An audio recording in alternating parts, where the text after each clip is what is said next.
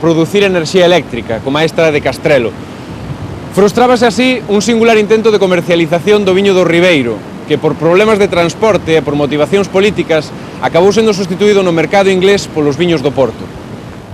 O que buscaba Pedro Antonio Sánchez era que os produtos do interior de Galicia chegasen coa máxima rapidez aos portos galegos e desde estes saísen para Europa e para América. O comercio entre os portos galegos e o novo continente tardou en permitirse, a pesar de que fose a este porto de Baiona onde primeiro chegou a noticia do descubrimento a bordo da carabela Pinta. O embarque rápido de mercadorías era o que seguían buscando na segunda metade do século XIX aqueles que loitaron por traer o tren a Galicia.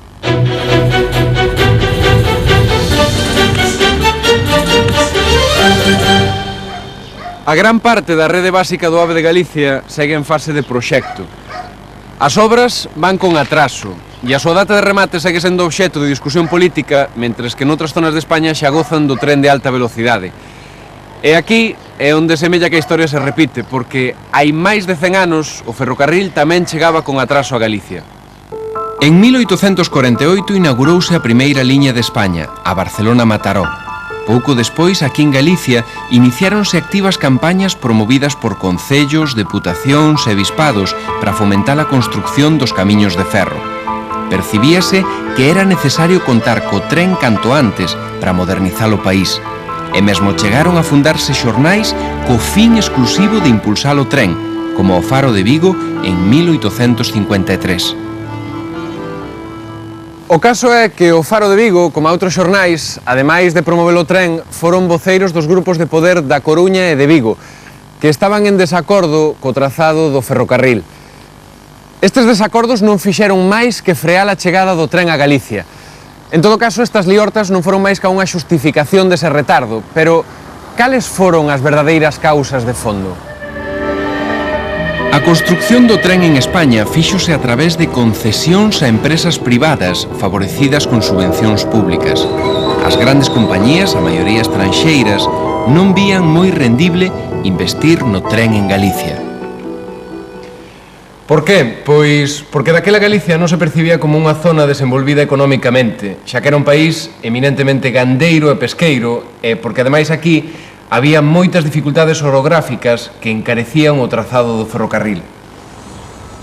O caso é que o primeiro tren non se puxo en marcha na nosa terra ata 1873 e saiu daqui, de Santiago, da antiga estación de Cornes, que hoxe se está restaurando. Aquel tren e esta estación teñen a súa propia historia. Xoán Arguindei Brusén é propietario da fábrica de curtidos de San Nicolás, un dos máis de 20 curtidoiros que se estenden nas beiras dos ríos Sar e Sarela en Santiago a mediados do século XIX. Hoxe atende a visita do británico John Stephenson Mull, principal accionista da compañía que está a construir a liña férrea que vai unir Santiago co Carril. Arguindei é tamén accionista da compañía, aínda que a pequena escala, e está preocupado porque as obras do tren avanzan lentamente e el necesita sacar pronto os seus produtos cara ao porto de Carril. Dalí, en barco, os seus curtidos irán ata Cádiz, o seu principal mercado. Mull asegúralle que estea tranquilo, porque acaba de lograr un empréstito dun banco inglés e agora as obras irán moito máis rápido. O británico lembralle tamén que por fin xa conta coa axuda presupostaria do Goberno de Madrid grazas á intermediación do ministro santiagués Eugenio Montero Ríos. Foron os pequenos industriais, os homes de comercio e de negocio de Santiago como Juan Arguindei os que impulsaron a primeira vía férrea de Galicia para facer realidade o vello soño de converter Santiago en porto de mar. E fixérono desde aquí, desde a Sociedade Económica de Amigos do País. Pero o certo é que estes homes non tiñan os cartos para construir o tren, así que tiveron que acudir ao constructor británico Stephenson Moule. John Stephenson supervisa as medicións nos terreos que vai atravesar o último treito da liña ferroviaria Santiago ao Carril. Despois de 9 anos xa queda pouco para rematar os 42 kilómetros da obra. Os traballos demoráronse moito por falta de cartos, pois o trazado en sí non presenta grandes dificultades orográficas. Tan só houbo necesidade de construir 2 pequenos túneles e varias pontes. A pesar diso, máis de 1000 obreiros galegos participan cada día nas distintas tarefas de construcción. A inauguración foi todo un acontecemento, pero a verdadeira festa inaugural tivo lugar aquí en Santiago.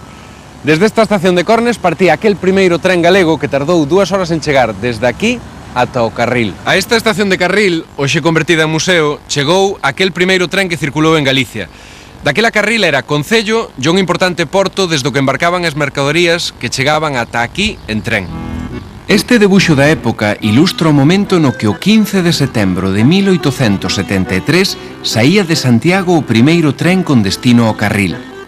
A plataforma da estación de Cornes era un auténtico fervedoiro de autoridades.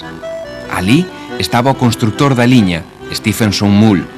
Tamén Xoán Arguindei, xunto a outros homes de negocios, e, por suposto, a Corporación Municipal Santiaguesa en pleno. Para todos, era un día de festa. De agora en diante, os santiagueses ían poder competir en condicións máis favorables coas cidades portuarias da Coruña e Vigo, daquela con maior vitalidade económica, pero aínda sen tren. O tren, o Compostelán, iniciaba a súa marcha con moitas esperanzas postas nel, esperanzas que non se materializarían. Este é un dos panos que regalou o Concello de Santiago aquel 15 de setembro de 1873 na inauguración do ferrocarril compostelano. E gárdase aquí no Museo John Trulloch en Iria Flavia. John Trulloch, que era avó materno de Camilo José Cela, converteuse en xerente do Compostelán a partir de 1882, cando os prestamistas ingleses que financiaran a obra se fixeron co control pleno da compañía. En realidade, o Compostelán nos seus primeiros anos tivo escaso tráfico, e só se fixo rendible cando se ampliou a liña a Pontevedra en 1899. En todo caso, para Galicia, o verdadeiramente trascendente foi a apertura das liñas da Coruña a Madrid en 1883 e Vigo-Madrid en 1885, que chegaban con case 25 anos de atraso con respecto a outras zonas do Estado. Estas liñas fomentarían novos tráficos a grande escala, como ao comercio de gando e peixe. Hoxe falamos das vías terrestres máis importantes que marcaron o noso devir económico e comercial. E vimos como algunhas desas vías buscaban a saída cara ao mar. Os portos foron os grandes motores do noso comercio. E o comercio a gran escala é a razón de ser dos portos exteriores, como a este que están construindo en Ferrol. Se no pasado todos os camiños levaban a Roma, hoxe todo ten que poder chegar a todas partes. E se pode ser sen perderse.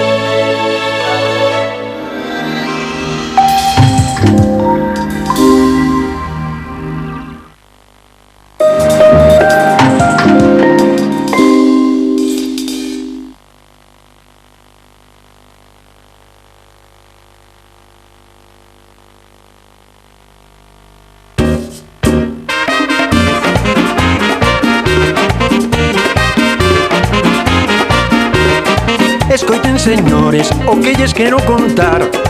Eu son de nacido nun sitio moi principal, con montes e prados e un río para lavar, e unha centraliña por se nos queren chamar.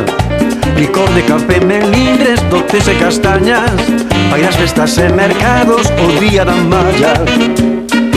Con